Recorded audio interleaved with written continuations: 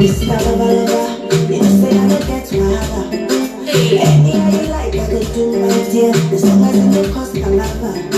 guys, excited about my show today. I have a superstar woman doing her thing. Black girls rock, black women rock.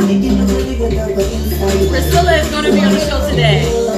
Superstar Nollywood producer. All that jazz. Hey, how you doing? Hey, what's up? How you doing? Hey Charles, how you doing? Charles, you better call me too later. Let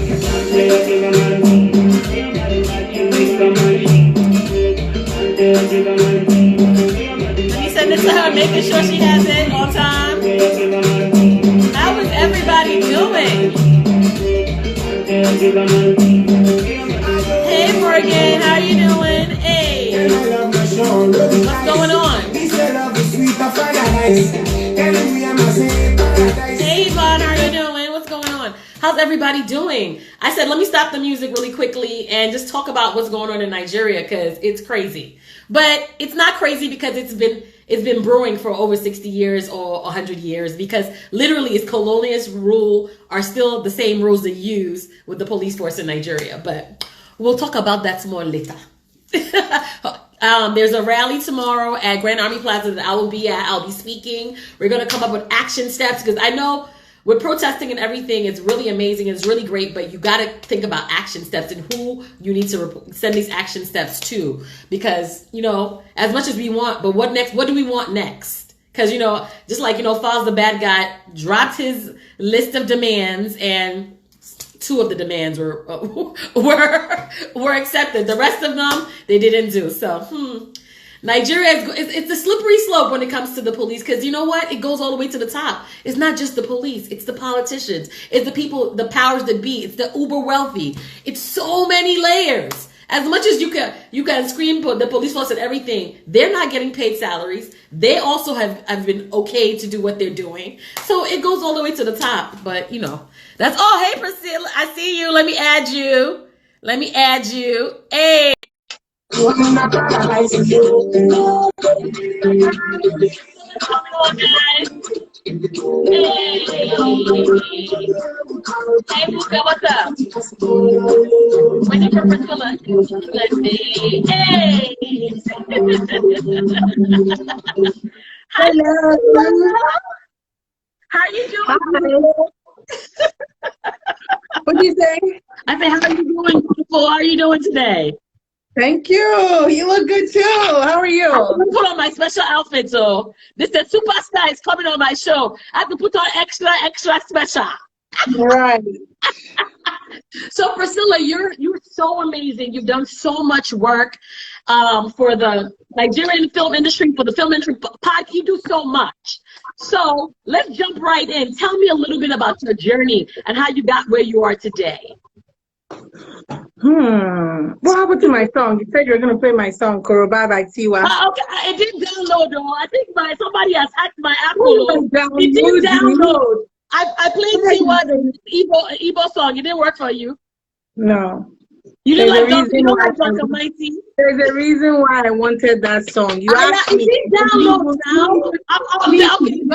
By the time the show is over, it download. It's downloading. In the words of Tiwa, I know come this life to suffer. Okay, that's the only part that I'll put forth in that song. You know? Yeah. My journey has been very, very, I wouldn't say it's been the hardest, but it hasn't been the easiest. Yeah.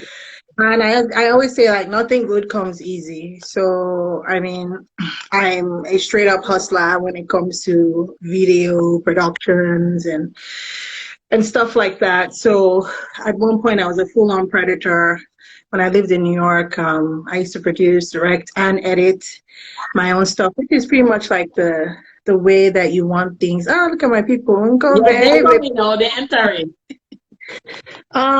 So doing all of that visual kind of stuff, even in New York, and then having the opportunity to go to Lagos in 2008 to work on The Apprentice Africa really kind of made it very clear to me, like, wait, so you can actually go back and do this, because I kept on going back to Nigeria. I'll shoot, I'll come back, and I was teaching then, and I would, share it with my students, and they just wouldn't believe, like, how it was back in Africa. So I think my overall goal has always been to kind of change our narrative and bring out all of the beauties of Africa to the US, to the world, the Western world, and just kind of blend it. But I think that is blending as it goes, Yeah.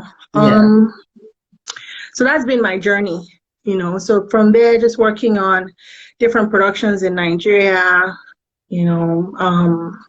Nigerian Idol, MTS Project Fame, Multi-Game Street Dance, and then up until my main homestay at Ebony Life, which of course I always say will be Ebony Life for life. And producing all of that TV content, bringing the channel to life and just kind of going in that direction. And of course, producing the films for them as well, which are the reason why you're even calling me to talk to me right now. So, I'm calling you because it's really amazing to have a woman in the, because it's not a lot of us in that lane, and you are a giant in that lane because they don't really let you in, and you have opened the door and broke it open. Like, you know what? It's ladies' night. It's good. We're gonna do this, and we're gonna do it the correct way. And you can see by the quality and caliber of what you produce and direct that it has that je ne sais quoi that sometimes male-centered things don't have. Oh, I appreciate that. I feel so blessed right now. I really do. So, what is your cultural background? Where are you from in Nigeria? Tell us a little bit about you. Well, I'm Igbo. Kedu? Odema. But I'm from Oguta, so we're a different dialect a bit. So we'll say Omena. Omena. Omenaha. Omenaha. Yeah, that's what Oguta will say. So I'm from that side of town. Is of the country is beautiful. We have a lake. I'm a proud swimmer. I swim across the lake. That's one of my favorite things in the world to do is swim. I swim in like bodies of water, the ocean, lakes, rivers, whatever. I'll swim in it. A fish. Is that around River State area? No, it's close to Owerri. But yeah, you can connect all those places. You can connect the water to River State. You can connect the water to Cross River, Absolutely, absolutely. So tell us a little bit about the Nollywood industry for you, from your perspective. Okay, so let me tell you the Nollywood industry from my perspective, right? And by the way, everyone, I have a podcast called Not Just Nollywood. And so check it out. We have like a new season of stuff coming out, but yeah. They called you Mami Water, oh. Mami Water. Oh, because yes, yes, they can call me that, but you don't know who the highest power is. But in the water, yes, I'm like a fish. So I'll say that. Wait, what were you asking me? The one about the Nollywood industry. Tell us a little bit about the Nollywood industry. Okay, so the Nollywood industry is kind of like one of those spaces that, I was born in America. Then I went back to Nigeria when I was 5. And then I came back to America when I was 15, right? So there's been that back and forth, and then when I was in Nigeria, of course, I went to primary school, secondary school till like SS2.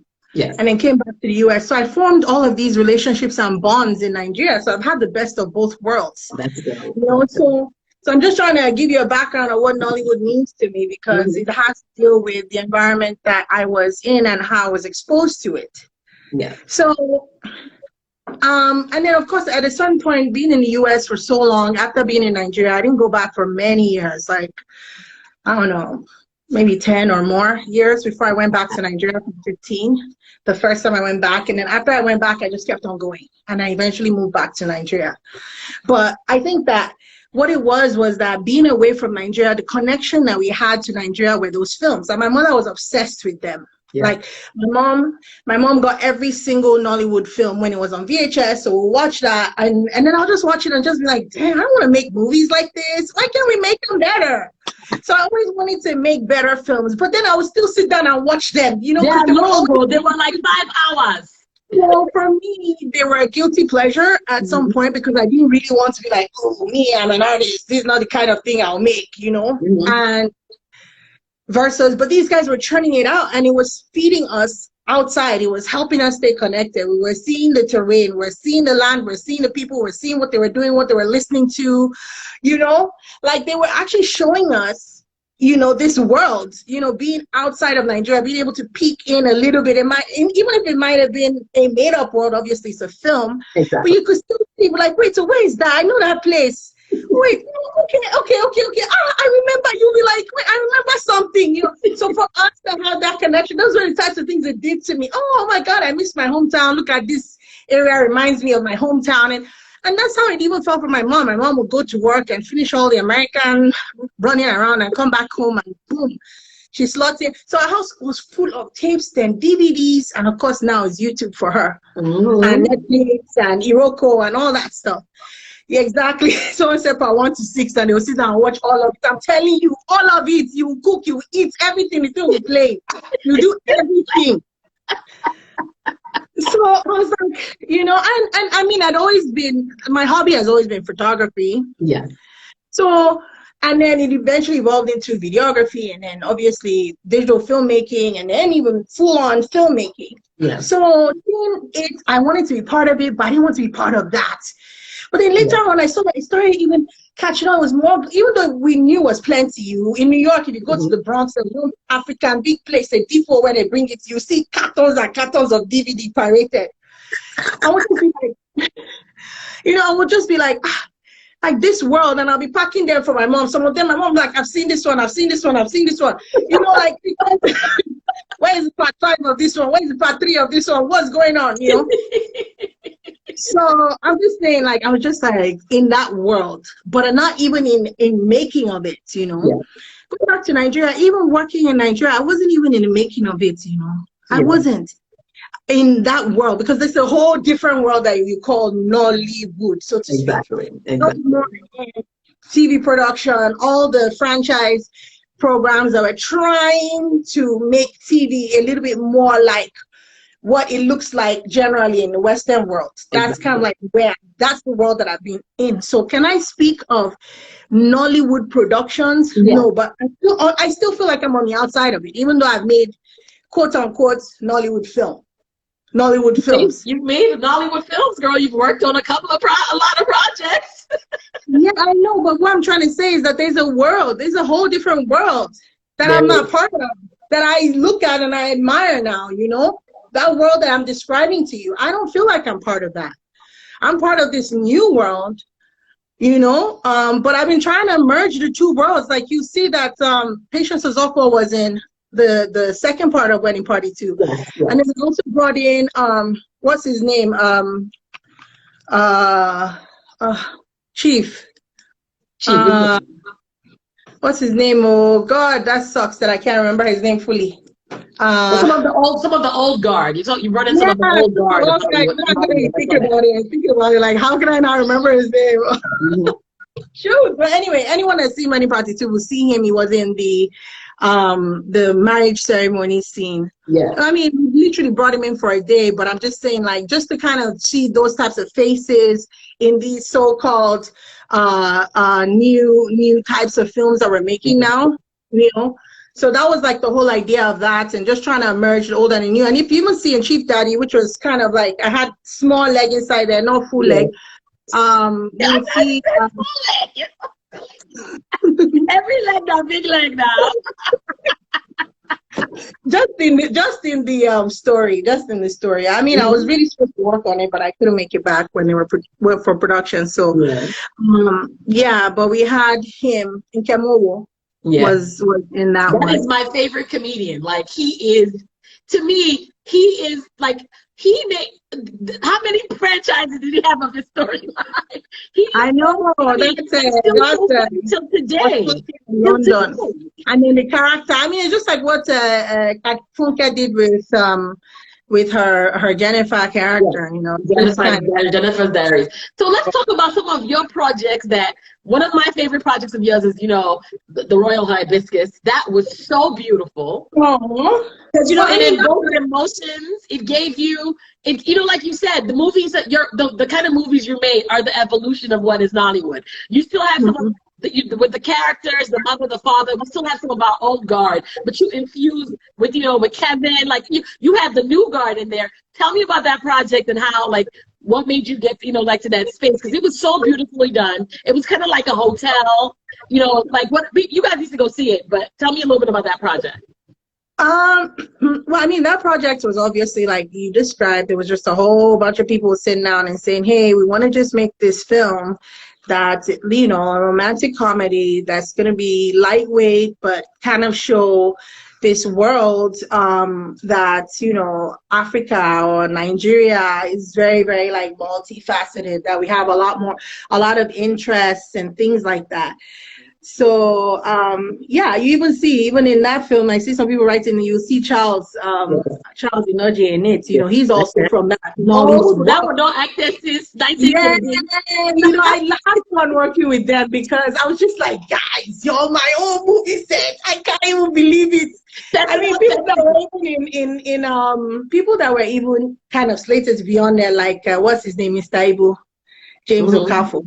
He was actually one of our considerations, you know, for that role, but Charles actually got it, which is cool. I don't know, that was fun. Speaking like Zainab has been with Ebony Life TV as a presenter on. So good. She's so good. She's been an actress, so she's been trying to. So she used one leg to enter another leg, and you know, when she came in and casted, there were a lot of, you know, there was a tug of war between her and somebody else, and in the end, you know, she made it, and I thought it was a perfect decision. So that's, you know what she does? She plays emotional so well. You're like, what, why? Like she makes you cry. Like Becky W's wife is another emotional, like he plays emotional well. An amazing actress, yes, for sure. Yes. Talking about Becky W, let's talk about the biggest, largest grossing movie in Nollywood history, The Wedding Party, which my sister Priscilla is part of because talk about The Wedding Party 2. The Wedding Party 2, Destination Dubai, was I was privileged to be a part of it as a producer. I worked with Temidayo. She was also a producer on there, and Temidayo Badu, and then I had some of the best people, best team, of course, head honcho Moabudu there, holding our hands and guiding us, tugging us all, you know, along through the whole thing. Yeah, she's an amazing project manager. She's just, you know, and then of course there are like other support that were in terms of the crew. But shooting in Dubai was amazing. I mean, having the support of Dubai Tourism. Yeah. You know, Kalane Fubara there, Stella Fubara that's out there making it possible for us and just, you know, putting us in the best places so we can get the best size of Dubai. I mean, there's just so much stuff. And when you think about all the things you shoot and how much really makes it on screen, you're just like, talk about that. Because there's so much of it, but you got to fit it in a certain amount of time. Yeah. And then even stuff that we're supposed to shoot that we don't even end up shooting, you know, stuff like that, you know. But it was beautiful. And then we shot part of it in Lagos as well. That was amazing. It was a great movie. It was a great experience. I mean, definitely, I mean, very nerve-wracking, but I'm glad to have been, you know, part of a movie that scale, like basically dragging it on and pushing it forward. I mean, it was not easy. It's not easy, my dear. That movie was kind of like a bridge for a lot of even like African akatas, we call them, and for them to really realize Nollywood is a thing to be reckoned with. You know, it's a bridge. It was like a bridge movie. Then people started like, oh, I need to find more movies. I need to find more movies because it really just opened up that door, right? I think it's amazing what's out there now because, you know, obviously that's my goal. I'm so happy that it's happening. That's what I wanted to be part of back then when I was saying I'm going to do this thing. This is how it's just to be able to bridge that gap between, you know, Niger and the Niger people outside. So Africans in Africa, Africans and abroad, literally putting them together, and not just Niger, like other Africans. Because I mean, I remember one time I went to see Genevieve in New York. Yeah. She came like years and years ago, like in the 2000s or something, early 2000s, and someone brought her to Brooklyn. And if you had seen, she wasn't doing anything, just to see her, meet and greet or some sort, just to see her. And people had their phones, people were crying, like just to see her. She didn't do anything. There was no performance, nothing. And they were all people from all over Africa. They were not just Nigerians, you know what I'm saying, that consume this thing. So I was like, wow, this is a big world, and I'm so glad to be part of it. Even when I was just working there, I knew that even some of the TV productions that I've done, I met somebody from the Caribbean that was telling me, they saw this thing on the Africa channel as the fattening room. So I did a reality show with Forever Life called The Fattening Room. I produced it. We brought women from all over Africa to experience the traditional Efik fattening room. Yeah. It was amazing, and it's on, it's been kind of sold out to other networks. It was on the Caribbean network, cable network TVs as well. It's been on Comcast on the Africa channel as well. So people just meeting random people that will just be like, oh, wow, I saw this, and they'll be like, oh, somebody produced. I'm like, wow. So even the stuff that is being made there is being consumed here. People are seeing it and seeing, because this is what I want to do. So I was like, I'm very, very grateful that this is happening now. I have a lot more, a lot more to do, a lot more to give. I have projects that I'm working on that I'm going to be shooting next year. I shot some stuff this year already. I'm still going to keep shooting and put them out there. And they're all things that will hopefully bridge the gap between my one side, which is African American, and my Niger side, exactly. And blend which is the ginger stronger side is the Niger side. It's so strong. Our Nigerianness can be so overwhelmed. People forget there's other pieces, but being Nigeria is larger than life. And talking, because I feel like Nollywood and Afrobeats are what is bringing Nigeria really to the forefront at this point and at this moment. And at this moment, we just after celebrating Nigerian independence, right? We have this issue that has come been bubbling, and now it's blown up. So what do you think about this NSARS, NSWAT, and whatever name they want to call it? I'm glad. That's why, I saw a lot of stuff when there was a protest out here in the U.S. And I saw a lot of things where people were just like, where are the Africans? What are they doing? And, and even Africans kind of, there was a certain kind of divide in some sense, like them not feeling that Africans were actually there for them during the protests and stuff. But there were Africans there. I mean, Africans were like, what, we supposed to be wearing our dashikis or what? And to show we all look alike, we the same, We're out there. So I was like, okay, and there was like some raging conversations that were happening. There's even one, I don't know if you saw, I can't remember her name. She was like going off about how, just the process of looking down at African Americans and how she felt this conversation that was out there about what it is Africans, how they view African Americans. But I think that one of the advices that she gave was that, how about you guys actually look at what we're doing to help push our own race forward a little bit, despite our own kind of, past history and situations with slavery and the injustices with the law where they're from. Try and do something for your own self right there in Nigeria. These are your own people. You guys cannot even try and make things better. Absolutely. So I feel like they're looking to how those people are making change happen, right? Our African American counterparts are showing us like, look, you're being put down. This is what you need to do. You need to fight for your rights. Yes.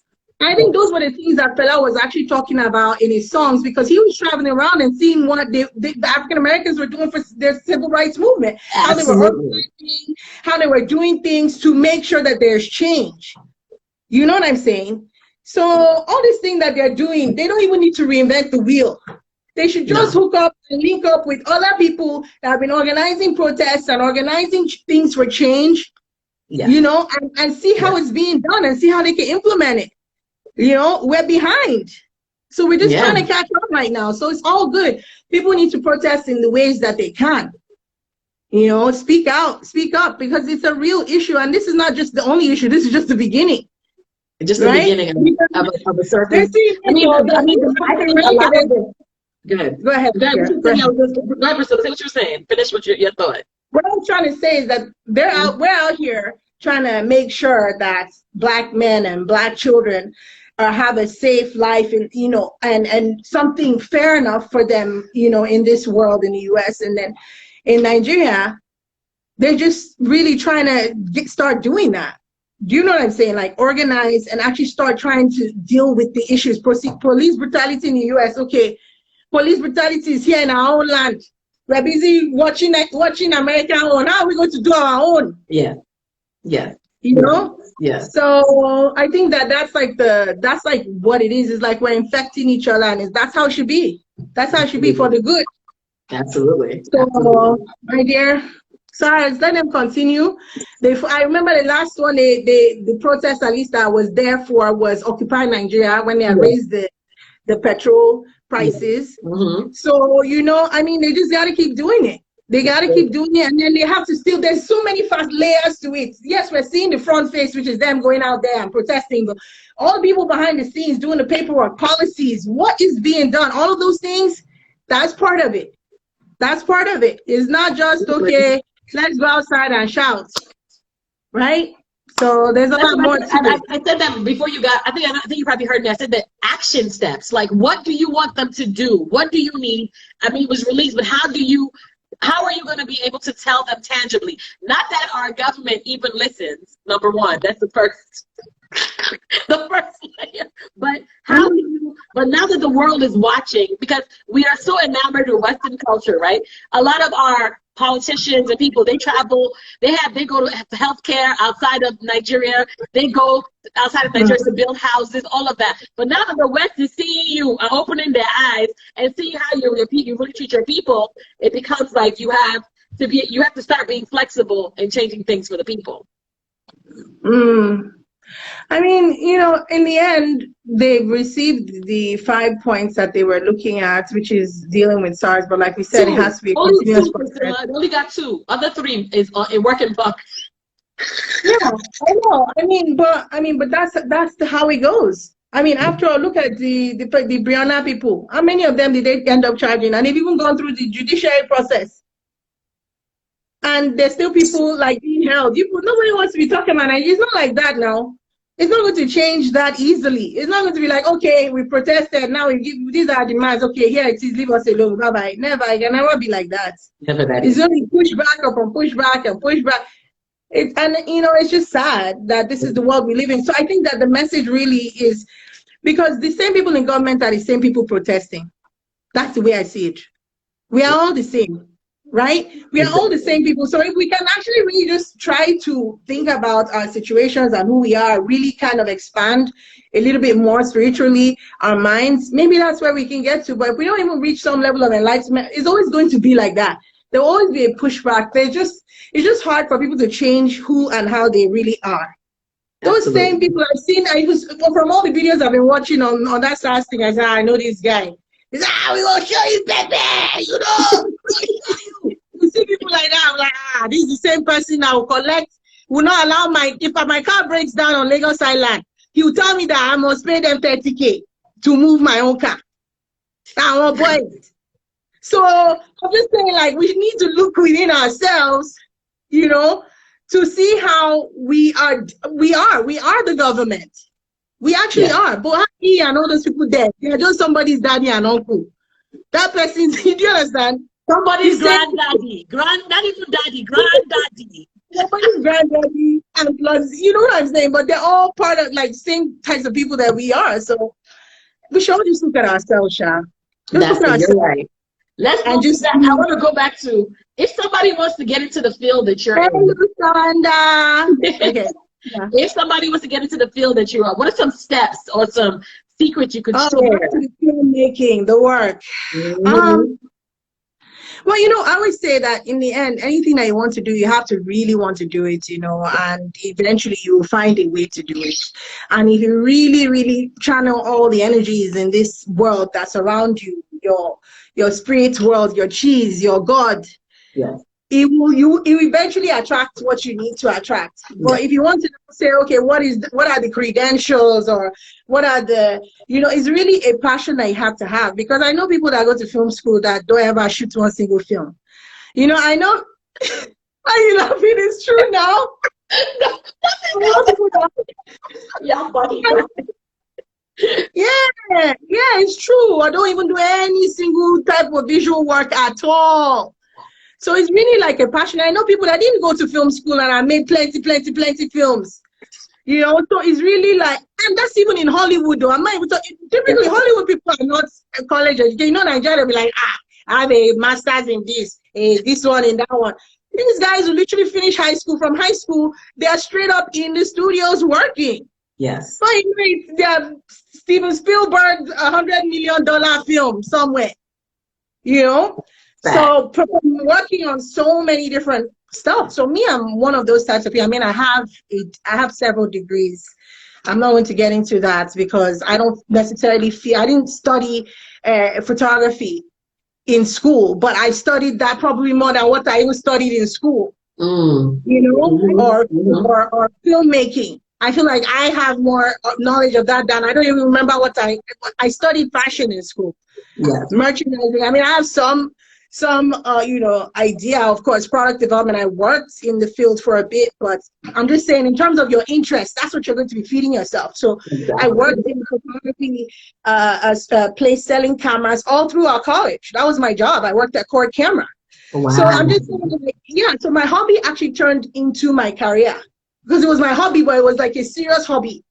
Like very serious. Like I literally used to like carry my camera, go and shoot everything, and that's just how it happened for me. So I would say, like Oprah said, I listened to Oprah like from a little child, and she said something that has followed me all these years. She said, "Follow your passion, and the money will come."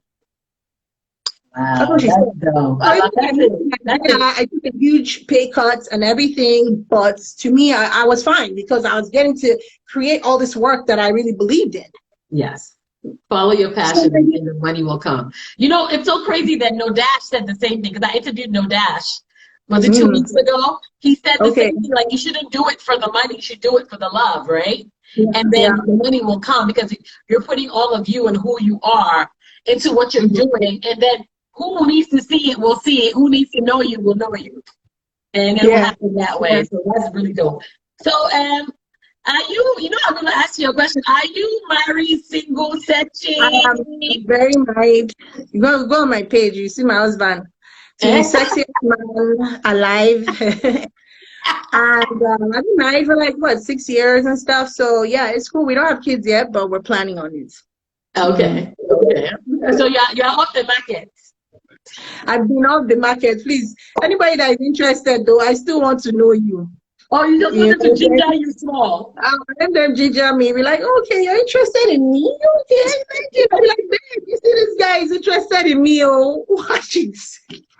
You're so cute. So what is it that you look for in an actor or actress? It depends on the role. It depends on the role, really, if we're talking about the role. But I think ideally, they just have to be professionals, regardless. Yeah. You just show up as a professional, be on time, be ready with your lines, know what you're about to do. Just be prepared. Yeah. That's what I mostly look for. Obviously, I love people that have range and but you'll find out, when you're casting, that if this person is it or not. I think that's one of the things. The casting process is very interesting. A lot of seasoned actors in Nigeria don't feel like they need to read for roles. You should just hire them. They can do it. They can do it. You've seen it. They've done hundreds and hundreds of movies, but it's not just about them. It's really about how it looks with the other character, how they kind of blend. So, I think that in the end, after that is all said and done and we pick the right person, them showing up with like their full on like professionalism is what I appreciate. Yeah. So who are some of your favorite actors and actresses? I know now you're going to get in trouble. No. Actually, I absolutely love Zainab Oh, she's Balogun. You mm-hmm. know, I love Destiny Etiko. I really like her. Mm-hmm. I like some people that I haven't seen in a while. Chika Ike. Mm-hmm. Like I'm giving you Nollywood actresses. You see what I'm saying? These are the Nollywood. people There's I actually Nollywood and Hollywood, Nollywood. yeah, exactly. You know, I mean, so, but I mean, there's still so many great. Yeah. But I'm talking about, you know, and even Genevieve. You know, I like what Genevieve brings on screen, and Ramsey Noah. Ramsey Noah's hot. Ramsey, no, he's always in everything. OCKJ. I like OCKJ. I like there are plenty. Oh, there are plenty. I like Kevin that was in your in the Royal Hibiscus. He's the newer guard, but I kind of really love his style of acting. Yeah, he's great. Yeah, He's like great. he's like gives you very suave, like you know what I'm saying that. No, he's got that very. We were looking for a hunk, you know. We wanted a hunk, and I felt like he was a nice chocolate hunk. You know, pretty small with him, that one correct packaging. Correct package. Thank you. Yeah, Andy. Oh, my Andy. Andy's a designer. He's amazing. He's from Indonesia. How are you doing? Yeah. So if you long time. Huh? If you weren't doing what you were doing today, what would be your career of choice? What would you have been? Oh, that's a good question. I'll probably work in the medical field. That's classic Nigerian job now in America. No. I would have been in the medical field. Dr. Priscilla Nzimiro, MD. Okay. My own practice by now. Now you're a doctor of film. You're a doctor of film. Yeah, but I mean, but the truth is that if I wasn't producing in film, I'll probably be doing something else within film, like production design, you know, directing, stuff like that. You know, I would do those types of things. Even editing, editing, I don't want to sit down for 2 hours. Even my small 1 second videos, imagine a whole 1 hour movie. Great. My friend said fake doctor. I won't be a fake doctor. I'm still the doctor. I just treated everybody today. I just treated everybody today. Priscilla, what's your guilty pleasure? My guilty, oh wow, how is that? How will I reveal a guilty pleasure? Ooh, my guilty pleasure is it's a Chef Pris. I don't know. I mean, I'm a huge foodie, of course. You can tell. What do you like? I like everything. My guilty pleasure is not is adults. What time is it now? X-rated. It is something that is not for children. That's my guilty pleasure. Priscilla, why are you hiding it now? It has not reached the time. It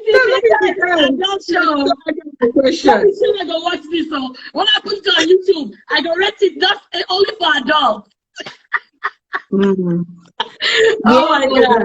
Whatever it is that has to do with adults, it has to do with me. Then. So just know that guilty pleasure is adult pleasure.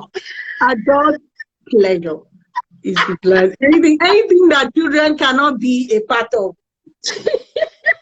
Yeah, hilarious. So, what's your favorite Nigerian food then? Even though you like all sorts of. Okay, let me tell you my favorite Nigerian food. It is simply white rice and stew with fried fish, white beans, meaning don't add oil to the beans, just normal beans, and plantain. That's my favorite. The fish has to be mackerel fried. Mackerel fried. You're very particular. Yes, that's my favorite food. Guys, drop questions for Priscilla if you have any questions for Priscilla. So what are some of the new projects you're working on?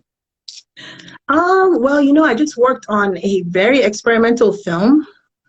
Very interesting, very artsy. I like that whole vibe. I'm an artist. It's some of my artwork from when I was even a child. I love that. Behind me. And behind you. That's gorgeous. Yeah. So I mean, and that's something, and that's a part of me being a video artist as well. But this film that I produced, anyway, we'll talk about it. You'll know about it. I'll post about it. But just know that that's in the works. And then I have like some interesting films that we've been putting together. We have one that's going to be shot first quarter next year. And it's about somebody here that goes back to Nigeria. So you can only imagine what happens. But not like that kind of movie. It's really just we're trying to. I was just about to ask you about. Would you ever do that like story of like expert kind of like going back home or coming here or stuff like that, like how like the culture shock and all that stuff? And you said it. Yeah, that's part of it. The culture shock, of course, you're gonna experience, but the storyline is really trying to weave in. I mean, it's a film called Woke. Whoa. So the storyline is trying to weave in like what being woke is as an African American versus being woke as a Nigeria person, and someone that has that middle identity is what I call it, where you've left Nigeria, you come out here straight into the hood, you straight up a hood person, right? And look at your code switch. You don't switch your voice. You don't switch your voice. You don't switch your voice. That's what I'm trying to tell you. But don't worry, I do a lot of accents, so don't be fooled. So he straight up like goes back with one of his African Americans because he had to go back to do something for his family, and then he gets involved in some Riga Marosha. But that's what the film is about. It's gonna be really cool. Oh, I'm excited to see that. I'm excited. And now that Netflix is picking up a lot of Nollywood movies, I'm really excited about that. Because before you were like, find one movie, maybe two. For a while, it was October 1 was the only movie. I think the next step for me is Tyler Perry, Here I Am, Ava DuVernay, Here I Am, Beyonce, Here I Am, that kind of vibe, Yes. We want to do our Nigerian Nollywood film thing, but we're still within the mix. Like, it's still the right quality, it's still the right sound, and we're still telling stories pretty decently. There's still art, it's still great cinematography, So yeah, those are the people. That's who I'm channeling now around. Around next level. When I make all of this stuff, I'm channeling them inside and saying, see what I did. I did it. So okay, all right. You could be an actress too. You see how you're teaching. You're an actress yourself. That's why you know correct actress, because you two are actress. Oh God, you're so sweet. You're so sweet. In fact, you're about to be friends. I didn't even know you were this fun. So my next question for you is that what are some goals that you put into place to kind of, because I know that you said that you saw it and you wanted it, and you kind of visualize, actualize, kind of what I got from what you said in the beginning. But what are some goals that you put into place to get where you are today? I mean, one of the goals, I do like small goals, increments, because you have your overall goal, and like, I want to, some people's goals, like, I want a Grammy, I want an Oscar, I want a nomination, I don't even think I've even gotten to where I want this award or that award, because I don't even know what the awards are. But I think that my biggest goal every single time is to make good work. I swear, that's literally it. It's that small. And then how do I actually get to make good work? Then I have to literally expose myself a little bit more. I have to know more. I have to learn more. I have to see what's in, what's done. How is it framed? What does it look like? Consume only great stuff. Yes. And then hopefully as I'm working, it's coming out of me, it's radiating out of me that way, So that's really my goal every day is like, okay, is this good? Yeah. Where are we on this? Like, how do you feel about it? And as you're even doing it, like, is this good? Like, always having to push and elevate the art. Yes. Some kind of way. Because it's very easy to just be like down and be like mediocre. I just do it like that. Nigeria, we have managed its personality. Let's manage it like that, Joe. And it'll be crooked. It'll be crooked. So And she just Nigerian. manage because they can't figure it out. Just manage it and see, just manage it. And then I'm like, no, I don't want to manage it. It looks horrible. And those little details are what's the difference between what's great and what's really great. Yeah. And so to me, my goal is always trying to get to really great. I might not succeed in the eyes of some people, but at least every single time I always try to do my best. So that's the goal. Try to do my best, at small by small. That's it. Small step. Exactly. Yeah. That's it. Yeah. I like, what? Nobody's ever said this because sometimes people, all our goal, even me, I have my goal is to be a billionaire, millionaire, right? Instead of me to start micro, let me make $20 today. Let me make $30 tomorrow. Yeah. Right? We go so macro when we should start micro. When you do micro, you get to the big goals, right? So I think that's a really, really great. You wanna make something, you have to shoot something, right? Like if you want to make a video, you have to shoot something. Yeah. Maybe today you shot 3 scenes or 3 little things, or you want to learn how to shoot. So what I used to do is I used to shoot every Sunday. Wow. That was like judicious. Like I literally used to just carry my camera around it was with me, but I'm saying for sure, find a subject to shoot every Sunday. Even now, I still do it with my phone because I'm like, I don't become madam. I know they shoot again. I'm always waiting for big crew and all that. So I'm like, nah, I gotta shoot more. Yeah. So just so that I can, test out some of the things that I visually have, like in one of my stores, stuff like that. So. And you're African American. What is your background? Where's your African American? I'm African American because I was born here. Yeah, exactly. That's because nobody, my mother and my father are Nigerians. That's what I read. Though I think this is the African American. No, but so far as we're here, so far as we're born here, we're African Americans. Yes, we are. You're right. When you are thinking it, what do you think? I was born in Nigeria. Oh, okay. So sorry for it. You're not part of us. But you could literally be, because you could have been born in Nigeria and came here really early and even been here longer than even me. I was born here. So who knows? They call me a Catholic, I don't pay no mind.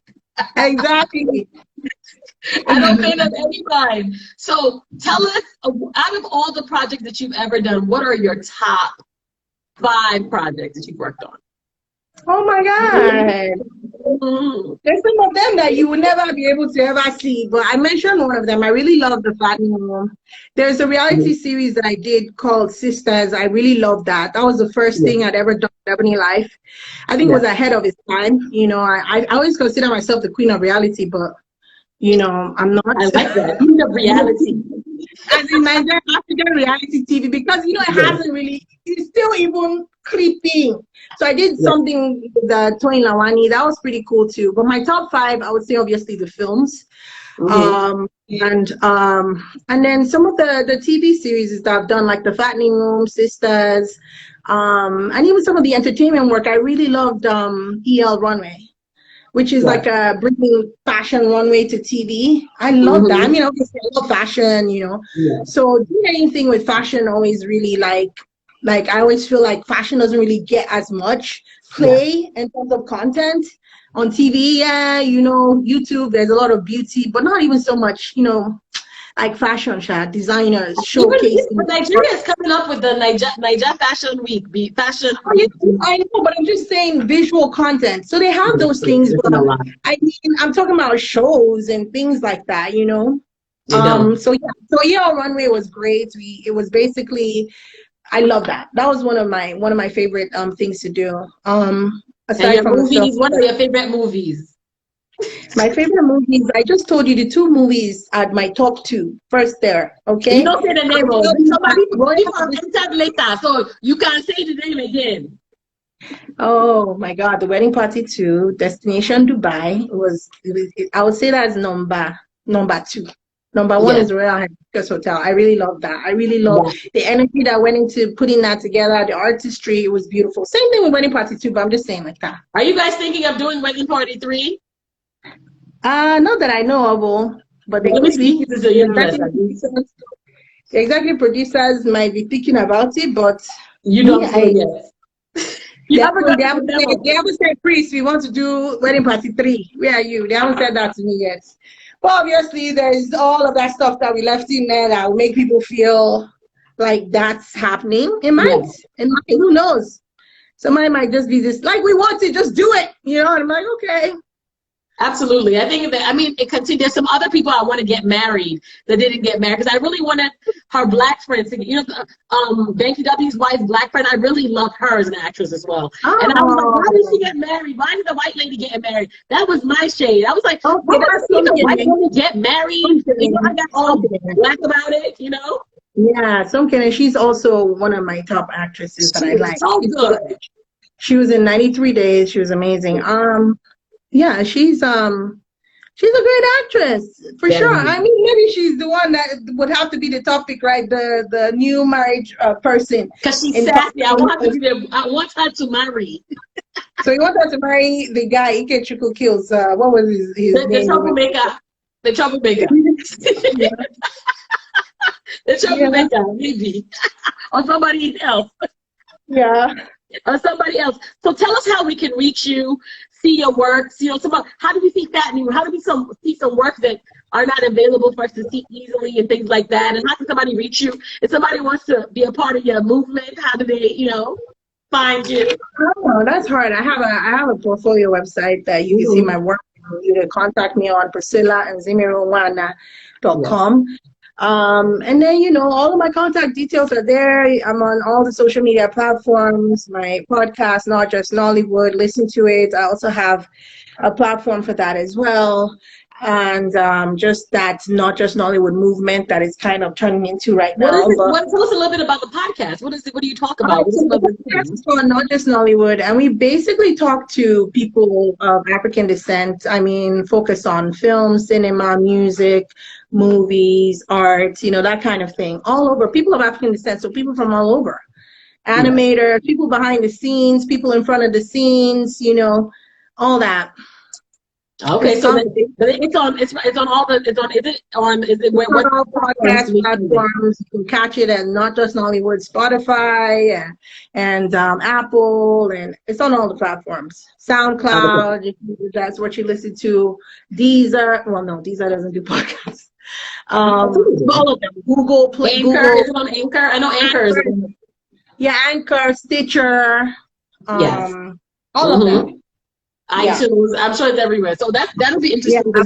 I definitely have some conversation because I really do like I said, what you do with the way that when you make the films that you make and the things that you do, that it really brings it makes it different, it upgrades it to what we think. Because some people, they'll just give them $1 billion, how much naira to just make a movie, and sometimes those movies are just like that money could have been better used. The scripting is crazy, the length of the movie, the editing is like. If I see one car drive for 1 hour, I don't want to see a car driving. Things like that. But you literally tell a story, and do you think that Nollywood's evolving more to that, or are we still on that, on that 5-hour movie range? We still are on a 5-hour. That's what I was trying to tell you. And I don't want that 5-hour movie range to go, because those are the things my mom likes to watch. As much as she likes to watch the ones on Netflix that are within that contained feature length, whatever, those are their guilty pleasures. But it's not. They're not even doing guilty pleasure. They are watching it. So there's a market for that. Everyone has to go. It's feeding some people. It has been feeding people for years. Whether it's the people that are watching it or the people that are making it and making money from it. So, so I'm just doing my own thing, the way that I my own vision and how I want it. I'm just kind of in my own little area, following my own little path, and hopefully other people will enjoy it as well. I'm not knocking anything that they're doing. In fact, maybe I might be able to make a movie in a collabo with that kind of filmmaker. I'm interested in seeing how that can go. Absolutely. Working with a typical Nollywood filmmaker, collabing with myself, who is a Nigerian filmmaker. Yeah. So I just see what can come out of that. I'm definitely open to that. So they should keep making it. Not more than 2 hours, please. No. It has to be. If it continues, obviously it has to continue. It has to continue the way that they do it. Maybe they don't have to show the car coming all the way from the top. I might help them cut it small. but it would still be in the same kind of light, you know, someone talking to themselves for like 10 hours or something, you know, and I help them cut it to like 10 minutes. Those movies where people are having conversations. Yo, I hate those. When people are like, why am I doing this? Why am I with this man? And you're talking inside of your head and talk. I'm like, oh my God. Those moments are interesting, I beg. I'll go, I'll come back, they're still there talking to themselves. But I mean, like, I like that the themes have evolved, because sometimes it's either your husband is cheating, your wife is cheating, somebody has done black magic on you, somebody's stealing your money, or you're poor. Like there was like certain themes that you saw through a lot of the movie. Yeah. I mean, it was fun. I mean, we all watched it. I watched it. I'm not gonna like I did watch it, but I'm definitely. I won't put it on myself, but I'll watch it. My mom's watching something, and I'm around her. Yeah, I'll do it. I'll sit down and watch with her. So before we go, please leave us with some words, some advice, or next steps, or things to do. I thought that was what I was doing already. No, this one is another one. Oh my God. There's an S in my name, Sha. You know, there's an S before a T in my name. But anyway, you're killing me. I know. I'm finished. Priscilla abused me about pronouncing her name. I got abused from here. I got dragged from here to long time, buddy. Where you been? Okay, so here's my word of advice to anybody. And like Nike said, in a very cliche way, just do it. Yes. People are always waiting for the big equipment. People are always waiting for the big crew and all that. Just try to channel all of the best energy that you can channel into making something really good and just doing it. It probably won't be really good because you're just doing it, but it will continue to get better because as you keep doing it, you're going to continue learning more as you do it and see what you're doing as opposed to not doing anything at all. Absolutely. So I need to take my own advice as well. So that's the advice I'm giving everybody. Just do it. Just do it. Thank you, Priscilla, for being on the show. You're amazing. I definitely want to get to know you better because you are definitely dynamic, and I want you to really start to empower women, because women are in movies and they're making like all of you guys are starting to show people, because a lot of what is that industry is men centric. It's like very of course. So it's really, female producers are the best though. Who? Female producers are the best. Absolutely. Because emotions are different, and they think that they don't, it's just better. And we're seeing it now. We want to see more. Then she said, if you go on her page, you can follow her. You can go and check out all her movies, all of the things that she does, just more. And we're looking forward to more magic, Abby. Yeah, we are. I like it. Really fun. Thank you, Priscilla, and we'll talk soon. I said I like your earrings. Oh my gosh. Bye. Okay, bye. Bye, everyone. Bye, everybody. All right, guys, make sure you follow your dreams. Just do it, like she said. And we'll talk soon. It's Glitter.